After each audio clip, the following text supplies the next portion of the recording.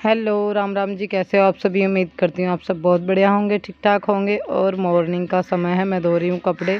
और मैंने चारपाई भी है ना अल्ली कर दिया, क्योंकि मुझे इसे भी धोना है। एक चारपाई तो मैंने धो दी थी पिछले कुछ दिन पहले, ये वाली रह गई थी।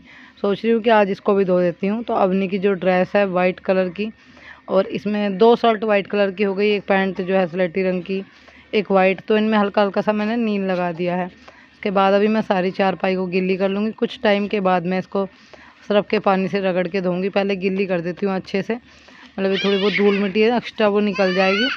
और अभी बस खाट धोने के बाद में मैं ये जो मेरी बर्तनों वाली बाल्टी है, इसकी तली बहुत ख़राब हो रही थी, इसको साफ़ कर रही थी अच्छे से। सारी टूट गई है, पर लेने का अभी मतलब मौका सा नहीं लग रहा। पहले लाई थी मैं, से काफ़ी चल गई। और अभी मैं नहा ली। नहाने के बाद मैं रिता रही हूँ रिफाइंड। जी हाँ, पिछले कई दिन से ख़त्म हो रहा था। सब्ज़ी छौंकने में भी बहुत दिक्कत हो रही थी। जैसे मैंने दाल मखनी बनाई थी, उसमें बिल्कुल ज़रा सा डाला था, तो एक पैकेट मंगाया है रिफाइंड का। बहुत चीज़ ऐसी होती है घर में छोटी छोटी, जो मतलब ख़त्म हो जाती हैं, उनकी कोई गिनती नहीं होती। और आदमी सोचता है कि एक सामान के ऊपर क्या मार्केट जाऊँ भाई, थोड़ा सा एक्स्ट्रा राशन आएगा तभी जाऊँगी, या फिर कुछ और ख़त्म होएगा जब जाऊँगी, ये चलता रहता है। अगर जाए तो फिर ले भी आए आदमी। और मैं कई दिन से कहीं सारा आटा छान के रख रही हूँ। पता है ना, हम 4 से 5 किलो आटा जैसे चक्की से पिसवा लेते हैं, ले आते हैं, नाश सब करके मैंने पिसवाया था। तो ज़्यादा आटे में हमारे यहाँ सुलसुली हो जाती है, और कि इतने रोटी नहीं बनती। मुश्किल से मैंने बताया था ना 4-5 रोटी बनती है, तो इसमें सुलसुली हो गई। फिर सारा मैंने छान के रखा है। अभी थोड़ा इतना नहीं लगता, ज़्यादा हो जाता है। बताओ, एक ये तो है नहीं कि 1 किलो या आधी किलो चक्की पे पिसवाया जाएगा। चावल भी साफ़ करने हैं मुझे, कोटे में शायद इनमें कंकर पत्थर, गेहूँ के दाने, ये सब चीज़ें नहीं। इनको लोहे की छन्नी में छान के और पिछोड़ा लगा के मैं ना, मतलब वापस फिर थोड़ी सी देर के लिए धूप में सुखा के फिर डब्बे में रख दूंगी वापस गाल के। और इनमें जो है ना, मैं रखूंगी नमक की डली, 5-7 डली रख दूंगी। बोलते हैं कि उससे भी है ना, वो बोलते हैं पिटाई वगैरह नहीं होती चावलों में। और आटे में तो भाई नमक की डली डाल सकते हैं, आटे में भी डाल सकते हैं। मैंने नीचे परात रख ली थी, सारे में ऐसे ही छान लूँगी। कुछ जो है स्टार्टिंग में बहुत बारीक निकले थे, मैंने एक साइड निकाल लिए। अभी मैं मिक्सी से ही कराती हूँ 2-4 दिन में। फिर उसके बाद है ना, उनको मिक्सी में पीस के तब मैं बनाऊँगी चावलों की खीर। मैंने सारे ना एक साथ छन्नी में डाल लिए हैं, क्योंकि मुझे है ना एक बार सारा मैं अच्छे साथ निकाल दूँगी, इतने ज़्यादा नहीं थे।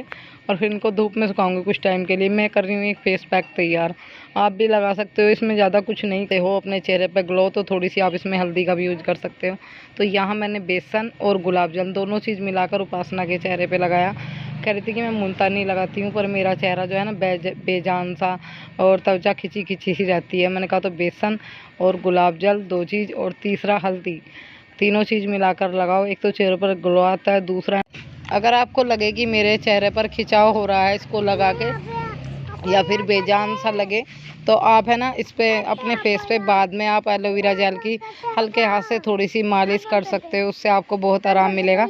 उपासना बना रही थी मेरे बालों की चोटी। लाओ दीदी आपके है ना बाल बना देती हूँ, फैंसी चोटी बनाऊंगी आगे से, बहुत अच्छे लगेंगे, एक नए तरह का लुक दूंगी। मैंने मना भी किया, फिर भी वो बनाने के लिए लग गई। तो देखिए पता नहीं क्या बनाएगी। और फिर उसके बाद मेरा हल्का सा मेकअप भी किया उसने कि लाओ ये आईलाइनर मस्कारा ये सब चीज़ें आपकी आंखों पर लगाती हूँ, मैं आपका मेकअप कर देती हूँ। मैंने कहा लो ठीक है भाई, बच्चे हैं, जैसा मन करता है कर लेते हैं, लगा लो जब तुम्हारी इच्छा है। अभी मेरे हाथों पर कर रही है उपासना वैक्स। तो मैंने कुछ दिन पहले कराई थी, पर थोड़े थोड़े से बाल निकल आए हैं, तो कि लाओ दीदी मैं वैक्स भी कर देती हूँ। बच्चे इनको इतनी नहीं आती, अगर बड़े बाल होते हाथों पे तो शायद इससे नहीं होती। छोटे छोटे से थे, मैंने बताया कि किस तरीके से करते हैं, तो उसने कर दी। कुछ मैंने उसकी हेल्प करा दी। और ये बहुत ज़्यादा गर्म नहीं तो ज़्यादा ठंडी नहीं, मीडियम लगती है। पर जितना इसको हम थोड़ा गर्म लगाते हैं ना कि हाथ भी ना जले, उतना मतलब बाल निकालने में आसानी होती है। ठंडी में तो बहुत दुख होता है हाथों पे। वैक्स कराई, फिर उसके बाद में मेरे उपासना ने मेहंदी लगाई। आज उसको बहुत शौक लगा हुआ था, मेहंदी लगाऊंगी आपके, वैक्स करूंगी आपको, तैयार करूंगी।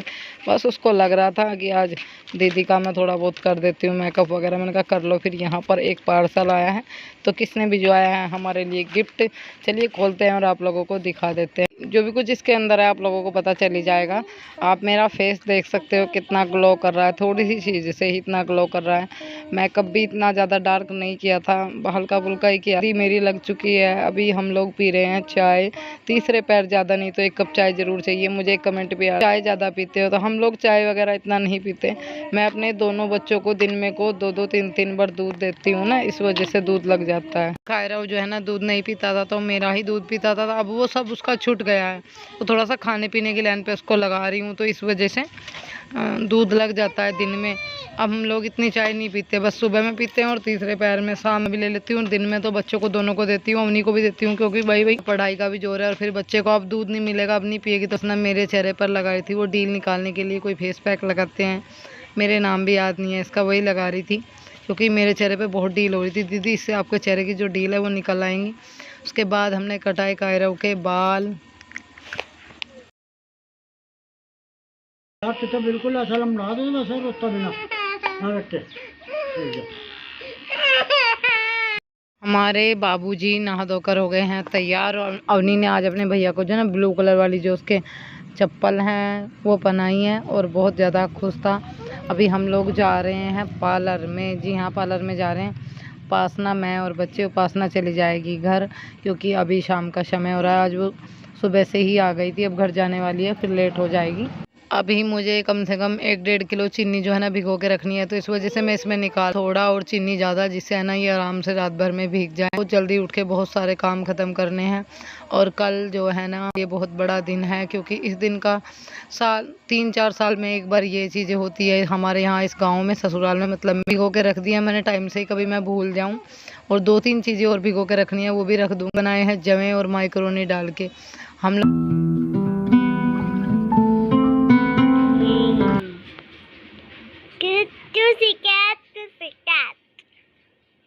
किटी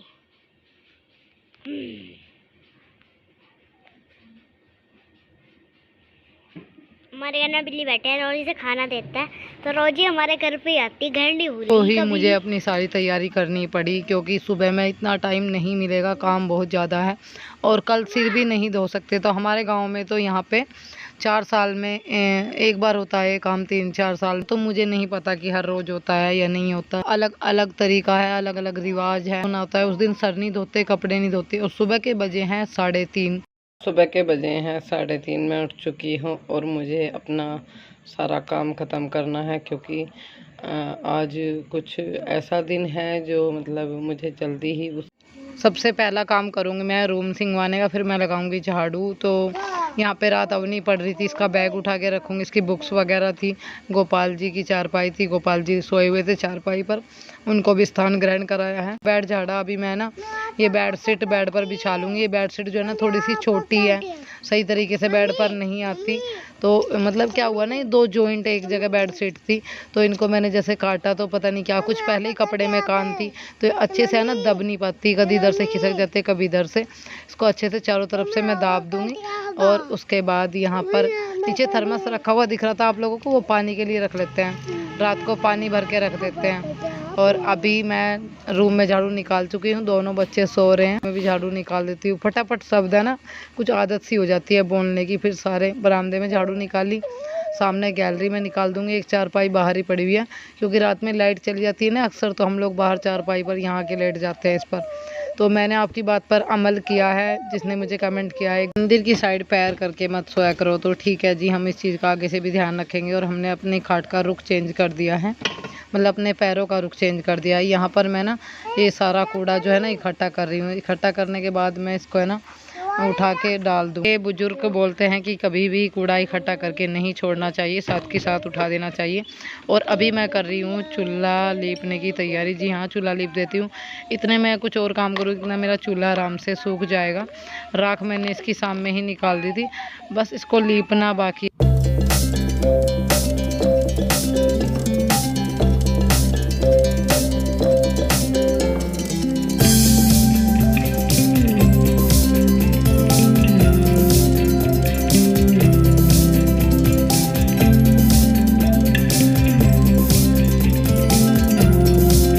बस जल्दी जल्दी जो है मेरा सारा काम ख़त्म होता जा रहा है। टाइम भी इतना ज़्यादा नहीं हुआ, आधा घंटा मुश्किल से लगा मुझे ये सारा काम ख़त्म करने में।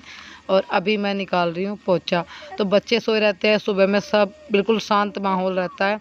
झाड़ू पोछा करने में, काम करने में बड़ा मन लगता है। अब्बा नहीं, कोई भी नहीं उठा था अभी तक, सभी लोग सो रहे थे। इतनी सुबह कौन उठता है।